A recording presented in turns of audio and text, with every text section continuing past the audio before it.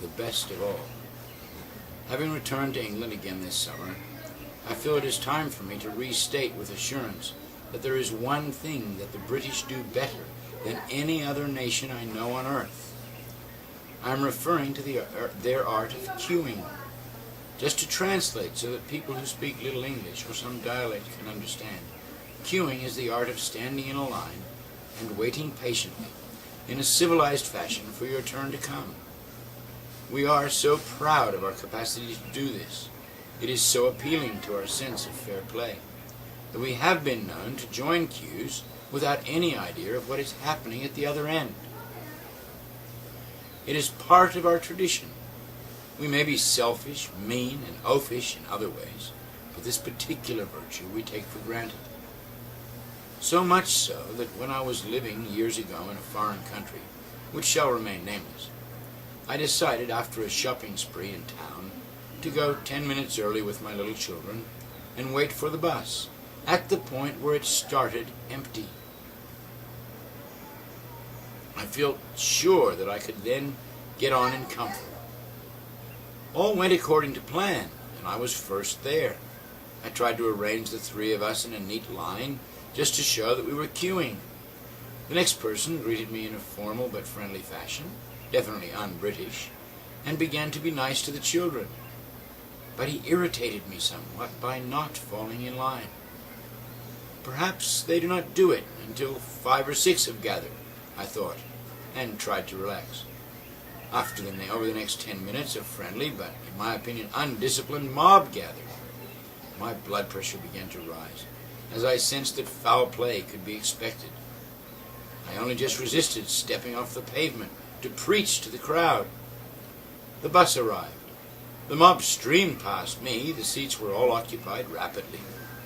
The large square area near the concertina doors began to fill. I wasn't going to get in at all. I feverishly wondered if I had enough money left for a taxi. The conductor looked out and saw me, but it seemed to make no impression on him.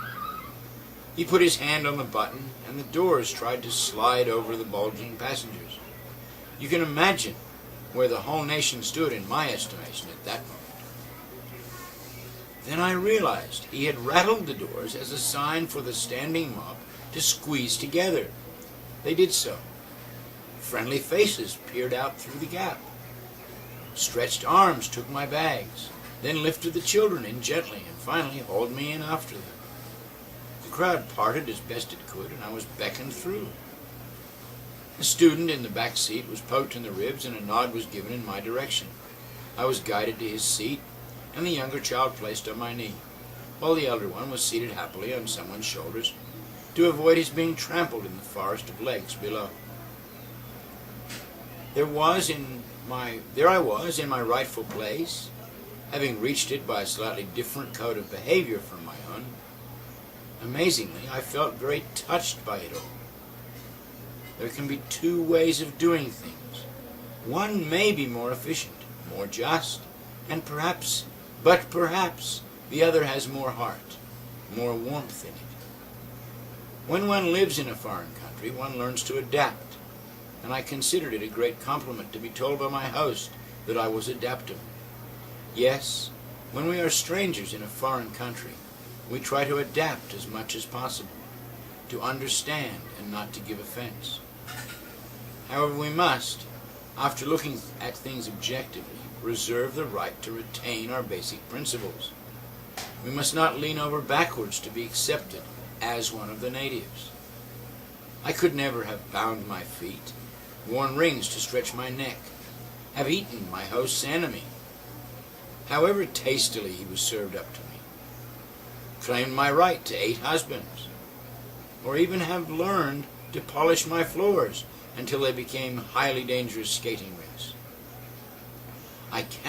We cannot accept everything, and if we feel there is something which we must offer from our own culture, our technology, our medical knowledge, or our ideas on agriculture, and by our way of life, our religion, then we should finally, with love and tact, do so.